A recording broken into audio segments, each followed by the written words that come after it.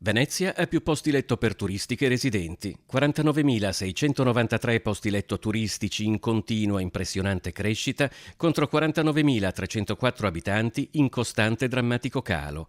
È il culmine di un processo che in appena qualche decennio ha quasi estinto il tessuto sociale di una città con 1600 anni di storia. Ecco come Venezia oggi. I pallini colorati segnano le diverse strutture ricettive, perlomeno quelle registrate. Si tratti di hotel, resort, bed and breakfast, locande, ostelli, affittanze turistiche, nomi diversi per indicare la stessa cosa, una città in cui di veneziano sono rimaste solo le mura. Ci stiamo trasformando da un po' di anni in una non città, perché una città normale non ha un numero così sproporzionato di turisti. Non siamo assolutamente contro il turismo, però certe cifre di turismo ci rendono la vita molto difficile, e qui sto parlando da cittadino. Ad aprile Ocio, osservatorio civico sulla casa e la residenza, ha installato a Santa Margherita il contatore di posti letto turistici a Venezia.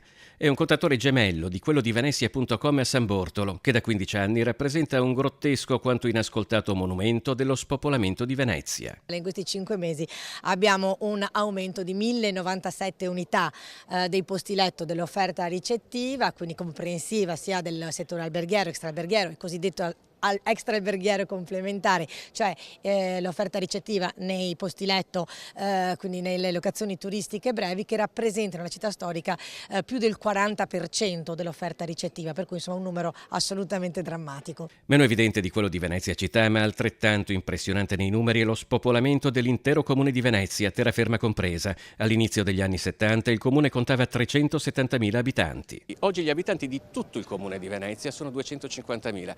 Questo significa che lo spopolamento comprende anche la terraferma. In totale si sono persi 120.000 abitanti in 50 anni. Direi che è un dato che non si è mai visto in nessuna città in tempo di pace e in assenza di calamità naturali. È naturalmente un dato in completa controtendenza con quello di tutti gli altri capoluoghi di provincia del Veneto. Oggi il comune di Venezia ha persino meno abitanti di quanti ne avesse negli anni 30 del secolo scorso, quando in tutta Italia vivevano appena 40 milioni di persone. Sono numeri davanti ai quali l'ingresso nella lista nera UNESCO ha un'importanza relativa. Avvenga o no, la realtà resta questa. Se non si sono adottate politiche sulla casa efficaci, misure sul turismo efficaci, con una regolamentazione degli affitti brevi, adottare un regolamento, è da un anno che se ne parla e c'è il nulla, è evidente che la città forse non potrebbe neanche essere più chiamata così.